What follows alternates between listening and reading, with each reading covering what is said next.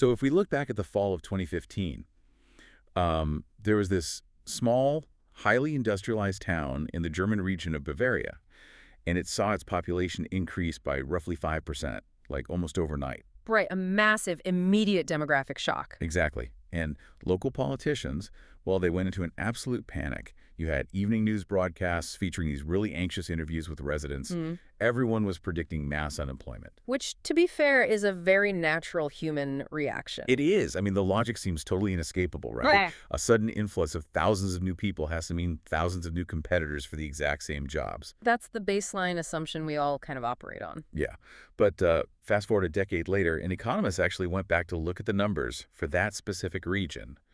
And not only did native unemployment not rise, but the local workers were actually making more money. Yeah, the regional economy had actually literally physically expanded. It's wild. Welcome to Empower Migra, a special series here on our Deep Dive. I'm your host, and today we're doing a dedicated, intensive exploration into the scientific studies surrounding migration, integration, and discrimination. And our mission for this deep dive is, well, it's pretty simple, but really crucial. We want to strip away the political talking points, ignore the cable news panic, and just look exclusively at the hard, objective data. Because, as a listener, if you want to understand your own economic security, we can't just rely on gut feelings or assumptions. Right. We have to look under the hood of the economy and see how the engine actually operates when new components are introduced. So here is the central question we are unpacking for you today. Do migrants really take jobs away from the native population, or do we fundamentally misunderstand how the labor market functions? And to answer that, I think we have to start by looking at the narrative that almost everyone inherently believes, regardless of where they sit on the political spectrum, honestly. Oh, totally. You hear it at the local coffee shop, you hear it in Parliament, Yeah. you probably hear it in your own family at the dinner table. The statement is just, more migrants equal fewer jobs for the native population. It's the standard equation. Right. And before we tear into the data, I really think it's crucial to validate why that feels so incredibly true to people. Well, it feels true because human beings, we evolved in environments of scarcity. Yeah. Like, if you have a berry bush with 100 berries and 5 more people show up to the bush. You get fewer berries. Exactly. We're entirely wired for zero-sum thinking. Yeah. We treat the economy like a parking lot. Like, think about your own commute to work. That's a great way to visualize it. Right. If you drive to a parking lot that has exactly 100 spaces and 110 cars show up, well, 10 cars have to leave. The borders of the lot are painted in concrete. They don't move. It's a completely closed system. Exactly. If someone new gets a spot, you lose yours. And the widespread assumption about the economy follows that exact same linear path. Step 1, migration increases the population in a specific town. And then step 2, obviously, that leads to more people fighting for the existing jobs. Right. Step 3, because employers see a line of desperate people at the door, they just lower wages. Which leads to step 4, the native workers either refuse to work for those lower wages or they just get outright replaced. Yeah. And that is the textbook definition of a fixed pie economic model. The pie is baked, it's sitting on the table, and every slice someone else eats is a slice you lose forever. But this is where the science actually steps in, because we have to ask, is the labor market truly a parking lot with a fixed number of spaces? Or is it something much more organic? Right. Or does something else happen entirely in the background? So to find out, today we are looking at a landmark 2023 study. It was published in the journal Labor Economics by researchers Anthony Edo and Chim Özgüzel. And we aren't just looking at a tiny sample here or some purely theoretical model. No, not at all. The scope of this study is, honestly, it's what makes it so undeniable. Yeah, in economics, if you want to prove a systemic reality, your sample size and your time horizon, they just have to be massive. And they really delivered on that. I mean, Edo and Özgüzel analyzed data across 13 Western European countries. But more importantly, they didn't just look at national averages. They drilled down into 136 specific regions over an entire decade, from 2010 to 2019. Let's pause on that regional aspect for a second, because why does that matter so much? Like, why can't we just look at the GDP or the employment rate of France as a whole and call it a day? Because national averages are really notorious for hiding local realities. Okay, give me an example of that. Well, if you look at the United Kingdom, for instance, the economic reality of London is fundamentally detached from the economic reality of a small coastal town in Cornwall. Oh, sure. Completely different worlds. Right. If you average them together, you get a number that represents absolutely nobody. So these researchers use what is called NUTS1 and NUTS2 level data. Okay, NUTS1 and NUTS2. Break that down for us. It sounds very technical. It's not too bad, actually. It stands for the Nomenclature of Territorial Units for Statistics. Wow, okay. A very European Union kind of acronym. Exactly. It's just the EU's geocode standard for referencing the subdivisions of countries.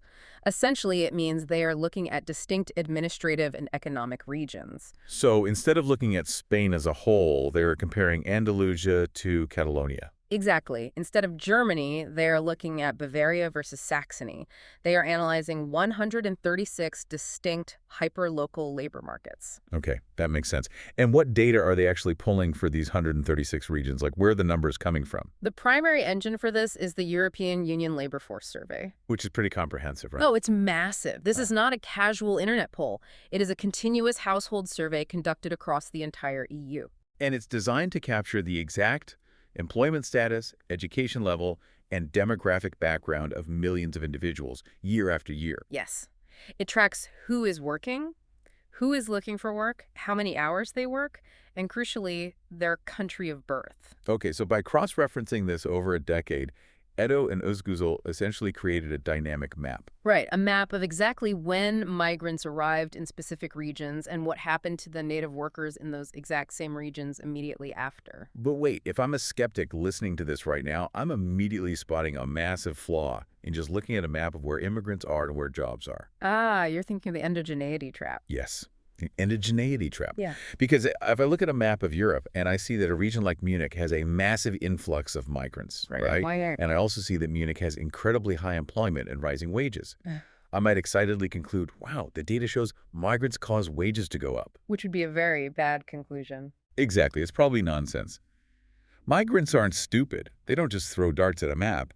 They move to Munich because the economy in Munich is already booming. The jobs attracted the migrants, not the other way around. Precisely. So it's the classic chicken and egg problem of econometrics. It really is. And if you don't mathematically control for that dynamic, your entire study is completely useless. Because you'd just be measuring the pre-existing strength of the local economy and falsely attributing it to the arrival of the migrants. Exactly. You'd be proving nothing. So how on earth do you solve that?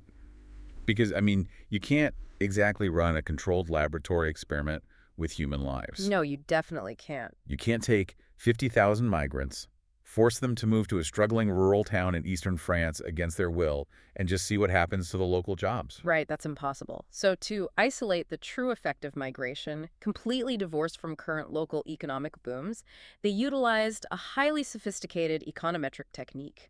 Okay, lay it on me. It's known as a shift-share instrument. Okay, a shift-share instrument. That sounds like a term a Wall Street banker uses to sound intimidating in a meeting. I know, economists love their jargon. Walk me through the actual physical mechanics how this works. How does it solve the chicken and egg problem? Well, to understand the shift-share instrument, you first have to understand how human networks function. Okay, I'm following. When a new migrant arrives in a host country, their destination is rarely driven purely by macroeconomic data. Right. They aren't looking at GDP spreadsheets at the border. Exactly. It's driven by community. They go where they already have an uncle, a cousin, or a friend from their home village. They go to a neighborhood where people speak their language, where there's a grocery store that sells familiar food. Or where someone can just help them translate a rental agreement. Sure, that makes perfect human sense. You follow your network. Right. So what Edo and Özgüzel did was look backward. They went all the way back to historical census data from the year 1990. Wait, 1990? That's 30 years before the end of their study period? Why that specific year? Because the world in 1990 was undergoing massive geopolitical shifts that caused very unique historical waves of migration. Oh, like the fall of the Berlin Wall. Yes. The Berlin Wall had just fallen, the Yugoslav wars were brewing, various European guest worker programs from the 70s and 80s had established these distinct enclaves. Okay, so in 1990, migrants settle in specific regions, often due to very specific historical industrial needs. Right, like a temporary boom in textile manufacturing or coal mining. Okay, I think I see where this is going. So if a large group of Turkish workers settled in a specific region of Austria in 1990 because of a local textile boom, that region became a permanent historical magnet for future Turkish migrants. Because of the social network they built there. Exactly. So in 2015, when a new wave of migrants arrives in Austria, they are mathematically highly likely to go to that exact same region. Purely because of the social network. Right. And here's the genius part. They will go there regardless of whether that original textile industry is still booming in 2015. Wow. Okay, let me make sure I have this straight. Because the new migrants are following a 30-year-old social map, their arrival in 2015 is totally independent of the 2015 local job market. Yes, exactly. They are arriving because of a historical echo, not a current economic magnet. You nailed it. By using this 1990 data as their instrument, the researchers can mathematically filter out all the people who just moved somewhere for a new job. They isolate the population shock that happened purely because of historical networks. Right. This allows them to see what happens when the labor supply in a town suddenly increases, completely removing the bias of migrants chasing current economic booms. That is just genuinely brilliant. It scrubs the data clean. It's as close to a randomized controlled trial as you can possibly get in macroeconomics. Okay, so we have this massive 10-year, 136 region study. They are using a rock-solid mathematical filter to isolate the true, unvarnished effect of migration on native employment. No political spin, just the raw reality of the labor market. So what did they find? If the math is finally clean, tell me the number. Do immigrants take jobs?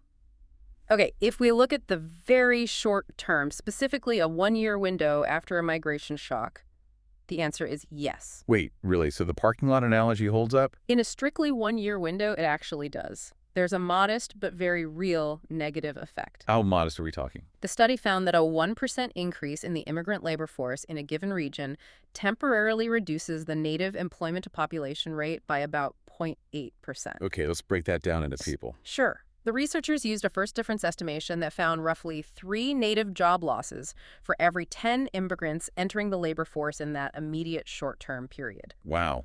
I really want to pause and just acknowledge that.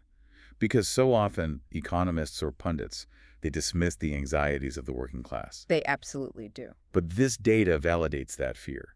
If 3 native workers lose their jobs for every 10 migrants that arrive, that is painful. It is incredibly painful. That is a local construction crew getting underbid. That is a factory shifting its hiring practices.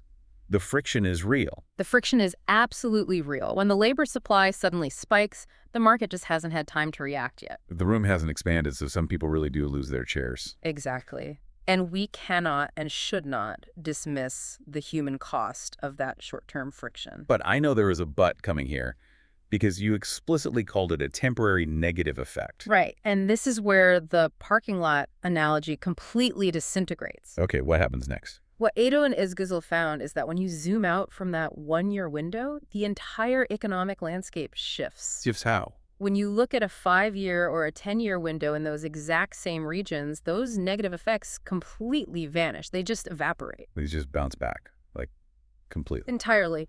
In the long run, there is zero adverse impact on native employment rates. None. That's incredible. Yeah, the native employment rate takes a hit in year 1, it begins to climb in year 2 and 3, and completely recovers to its pre-shock level by year 5. And then it just stays stable through year 10. Exactly. It stabilizes completely. Okay, I can hear the skeptics screaming right now. So let me throw the biggest counter-argument at you. Let's play devil's advocate for a second. Go for it. You're telling me the native employment rate in that region goes back to normal. Yes. But what if the employment rate only looks stable because the native workers who lost their jobs just packed up their bags and moved to a different city? Ah, the spatial arbitrage argument. Right. Like, if 10 immigrants arrive in a town and 3 unemployed natives just leave the town entirely, the local employment rate might mathematically look totally fine. But those native workers still got pushed out of their homes. Exactly. The percentage looks good on paper, but the reality is displacement. Right, and this is actually the most common critique of regional immigration studies. In labor economics, it's known as the voting with your feet hypothesis. Voting with your feet.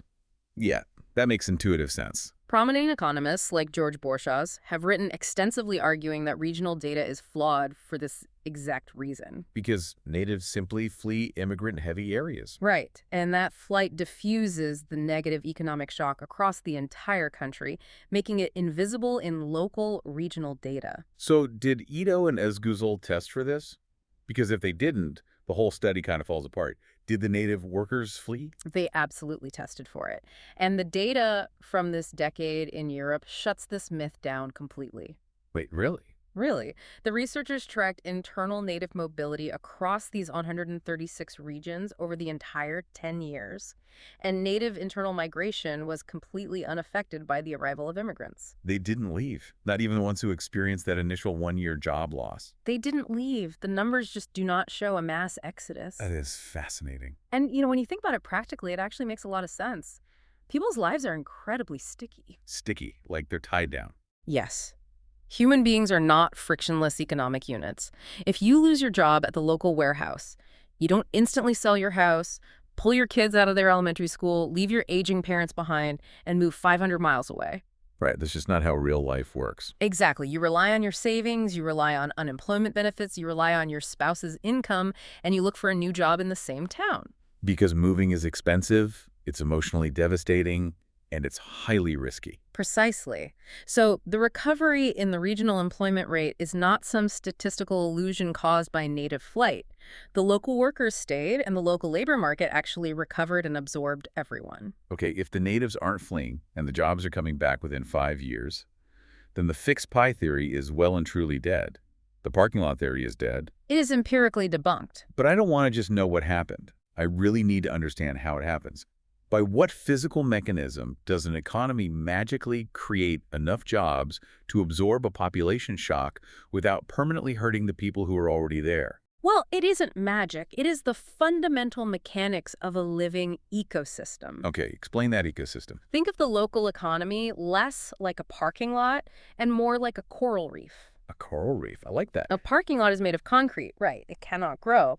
But a coral reef is a biological structure. Oh, it's alive. Exactly. When new organisms arrive, they don't just take up space. Their very presence, their biological activity, secretes the calcium carbonate that expands the physical structure of the reef itself. So the reef grows to accommodate the life within it. Yes. That is a fascinating way to picture it. But let's translate the coral reef into euros and jobs. How does a migrant act as calcium carbonate? Through two distinct massive economic forces: new demand and capital accumulation. Let's start with demand. Okay, so the migrants take jobs. Narrative treats migrants solely as a supply of labor, but migrants are also consumers. Oh, right. They don't just work, they buy things. From the very second they arrive, they inject new demand into the local economy. They have to buy groceries, they have to pay rent to local landlords. They buy winter coats, they get their haircut, they buy cell phones. They ride the public bus, exactly. Yeah. So if 5,000 people move to a town, the local grocery store suddenly has 5,000 new mouths to feed. And what does the manager of that grocery store have to do? They have to hire more cashiers to handle the checkout lines. Exactly. They have to order more inventory, which means the regional distribution center has to hire more warehouse workers and more truck drivers. Oh, wow. Even the local landlord who just rented out 3 previously vacant apartments suddenly has the cash flow to hire a local roofing company to fix the building. So the sheer act of existing and consuming creates an immediate ripple effect of new jobs across the service and retail sectors. Yes, the economy expands because there are more consumers. Okay, that makes total sense for the service sector. But what about the bigger picture? Because a few extra cashiers and a roofing job don't offset thousands of new workers entering the market. Which brings us to the heavier machinery, capital accumulation. Capital accumulation. Okay, what does that look like? In the medium to long term, meaning that 5 to 10-year window firms react to a larger available workforce by fundamentally investing in new physical capital. Okay, I'm going to push back here. Investing in new physical capital sounds great in a university textbook. I know, it sounds a bit abstract. It does. Because in reality, businesses don't just expand because a few extra people move to town. Expanding a business takes massive risk. Bank loans, and permits. It's a huge undertaking. Meanwhile, the native worker who got displaced in year 1 has a mortgage due tomorrow. How does this theoretical medium-term adjustment help the guy on the ground? It is a phenomenal question, and it's exactly why we see that 1-year lag in the data. Hmm. You were totally right. A business owner doesn't snap their fingers and build a new factory overnight. Right. But watch how the incentives shift over a few years. Let's say you own a mid-sized commercial bakery. Okay, I'm a baker. For years, you've wanted to open a second location or buy a massive state-of-the-art industrial oven to double your output. But I haven't. Why haven't I? Because the local labor market was tight, you couldn't find enough reliable workers to staff a second shift, so the investment just wasn't worth the risk. The labor bottleneck was holding back the expansion. Precisely. Now, suddenly, there's an influx of 1,000 new migrants into your town. The labor pool just expanded, labor is slightly cheaper, and much more plentiful. Okay, so as a business owner, the math on my expansion just changed. Completely. You realize you can actually staff that second shift now. So you go to the bank, you get the loan, and you buy the industrial oven. I expand my physical operations. And here is the kicker. You don't just hire the migrants to work the oven. To run a business that is now twice as large, you need new logistics managers. You need an extra accountant. You need a marketing director. You need a dedicated HR person. Ah, and those white-collar or managerial roles are far more likely to go to the native workers who have the local language skills and the established credentials. Exactly. The infrastructure of the economy literally scales up to match the population. This is capital accumulation. So the businesses physically expand their capacity because the labor is finally there to support it. The coral reef grows, and as it grows, it creates higher-level niches for the native organisms. Which perfectly transitions into who actually feels the impact of this growth. Because the native workforce is not a monolith, right? The study broke this down by education level, didn't it? It did, and the nuance here is absolutely critical. The short-term friction we discussed, that temporary 0.8% dip in employment. Right, the year one job losses. That friction is not felt evenly across society. It is almost entirely concentrated among low-educated native workers. YM specifically. Because of direct competition. When new immigrants arrive, regardless of whether they were doctors or engineers in their home country, they almost always enter the host country's labor market at the bottom of the skill ladder. Oh, right. Because if you flee Syria and arrive in Germany, your medical degree might not be recognized. And you probably don't speak fluent German yet. So you can't practice medicine. You have to take a job in construction or delivery or basic manufacturing. That phenomenon is called skill downgrading. Skill downgrading. And the tragic irony is that by forcing highly educated migrants into low-skilled jobs due to credential barriers, the host country accidentally intensifies the competition for its own most vulnerable native workers. Wow. Because the low-educated native workers are the ones standing face-to-face with the new arrivals, competing for the exact same manual roles. Exactly. They take the brunt of the shock. But what about the highly educated native workers, the ones with university degrees? They experience the exact opposite effect. Really? Yeah. The data shows that highly educated natives actually experience employment gains and wage increases in the long run following a migration shock. Because of the bakery example. Because the businesses expand and need more managers. Yes, and because of a broader economic concept called complementarity versus substitution. Okay, unpack that for us. The public narrative assumes that a migrant and a native worker are perfect substitutes, that you can just fire the native and plug the migrant into the exact same slot like a replaceable battery. But human beings are imperfect substitutes. They have different skill profiles. Precisely. I really want to visualize this. What does this transition actually look like on the ground? Well, Because it sounds a bit like an academic fantasy to say an unemployed native construction worker just magically gets promoted to a management job because a migrant took his old one. yeah.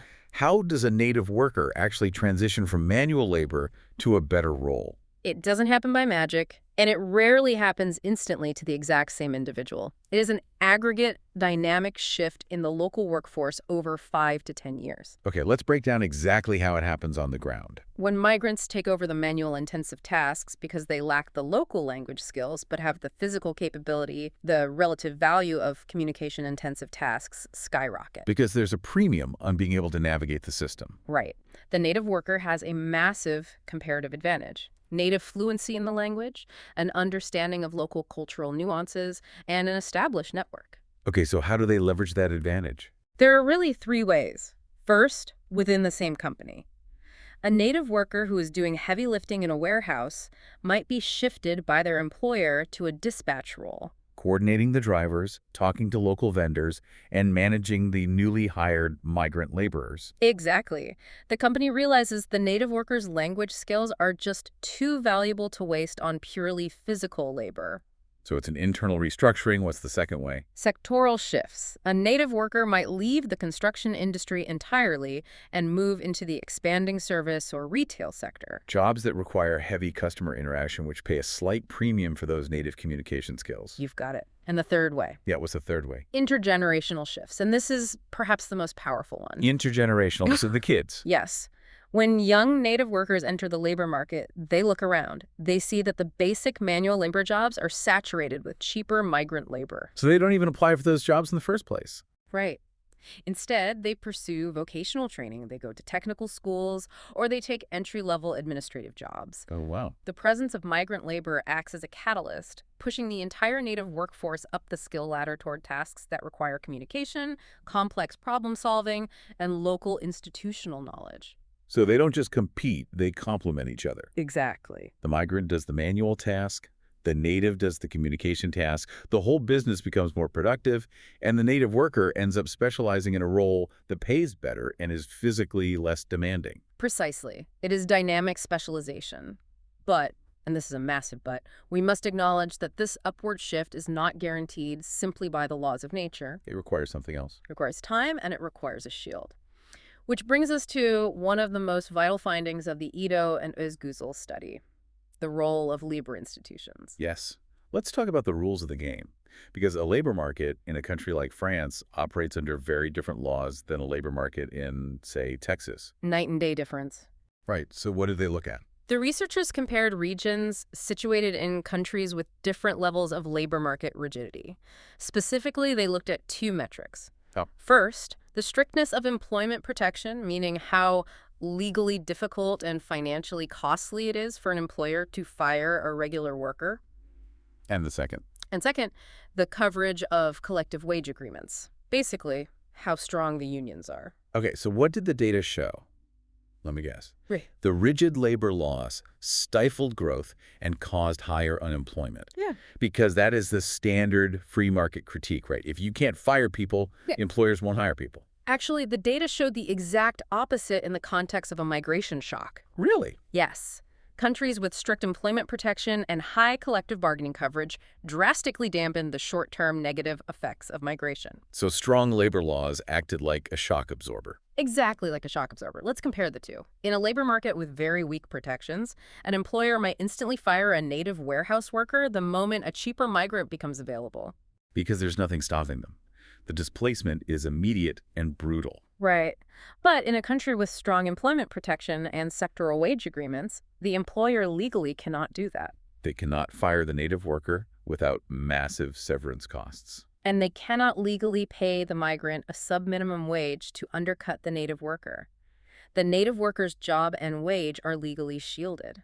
But wait, doesn't that just freeze the economy?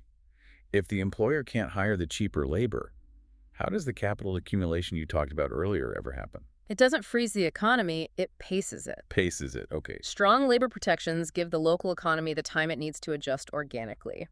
While the native workforce is shielded from being instantly fired, the new demand generated by the migrants starts to kick in. The grocery store gets busier, the apartments get rented. Right.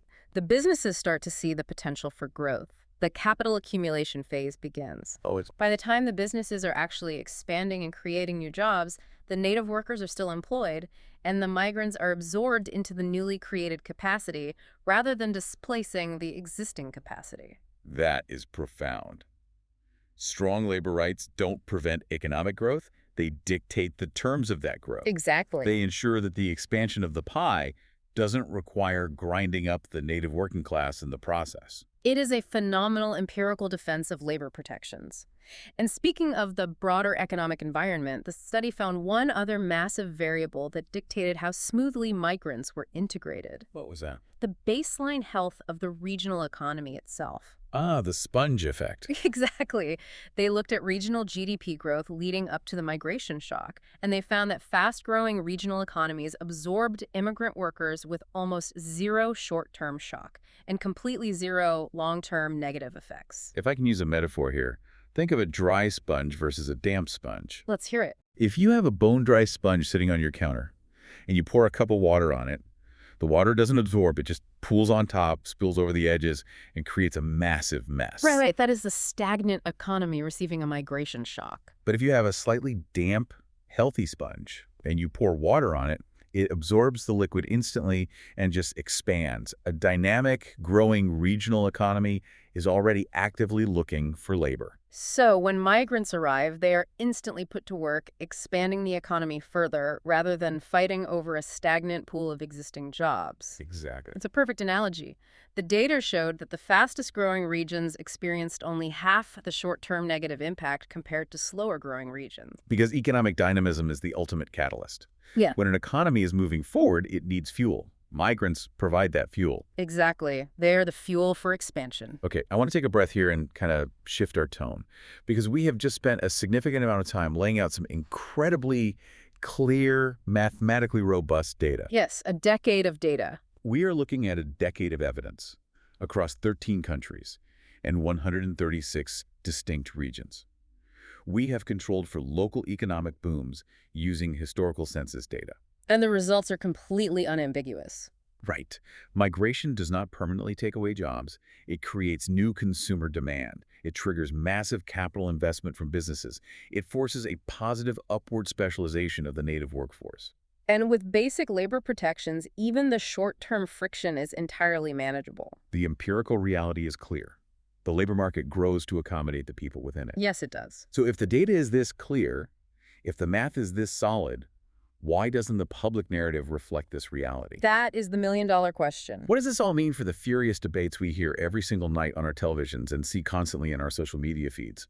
If the facts show that labor markets adjust and ultimately benefit, why are we still arguing over a zero-sum parking lot analogy that has been thoroughly debunked by actual economists? Well, this brings us out of the realm of econometrics and straight into the realm of human psychology and political economy. Okay, explain that. The disconnect exists because humans are naturally wired to focus on visible, localized friction, and we are practically blind to gradual systemic growth. What do you mean by visible friction? The one-year blip. That temporary 0.8% drop in native employment for low-educated workers.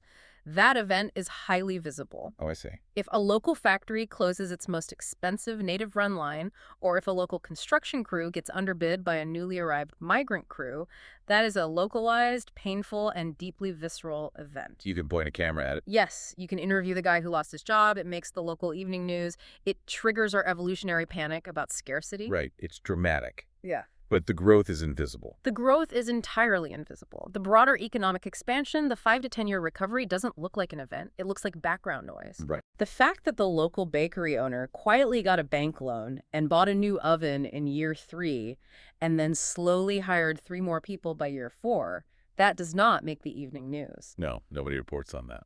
The fact that a native worker who left construction in 2016 went to a technical school and is now managing logistics in 2021, that is not a headline. It's the difference between watching a car crash and watching a tree grow. Wow, yes. A car crash grabs your attention instantly. It's violent and sudden. But tree growing is so incredibly slow that you don't even realize it's happening until you look back a decade later and realize there's a forest. Exactly. And because systemic growth is so hard to perceive in daily life, it is incredibly easy for political and media narratives to fixate entirely on the short-term car crashes. That's profound. But I want to turn this over to you, the listener, because simply understanding the economic data is really only half the battle.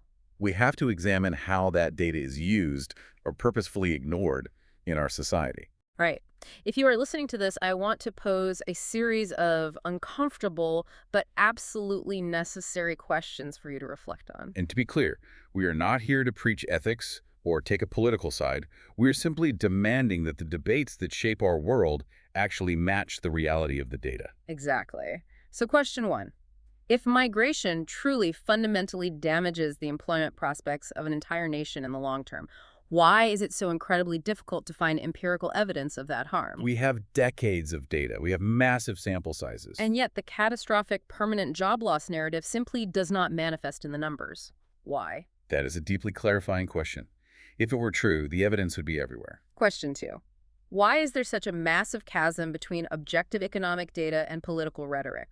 Why is a debunked fixed pie theory still the dominant, unquestioned framework for discussing immigration in almost every Western democracy? And I'll add the third and perhaps the most important question.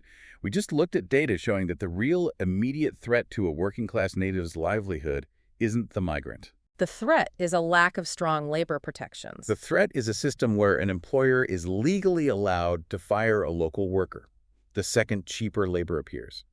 So who actually profits from the current narrative? That's the core of it. Who profits when working-class native populations are led to believe that migrants are the primary threat to their livelihood, rather than the larger economic forces or the systematic erosion of their own labor rights? It is the ultimate misdirection. If you have two groups of workers fiercely fighting each other over a limited number of chairs, neither group is looking up to see who is controlling the music. Or who is actively refusing to bring more chairs into the room? That is exactly it.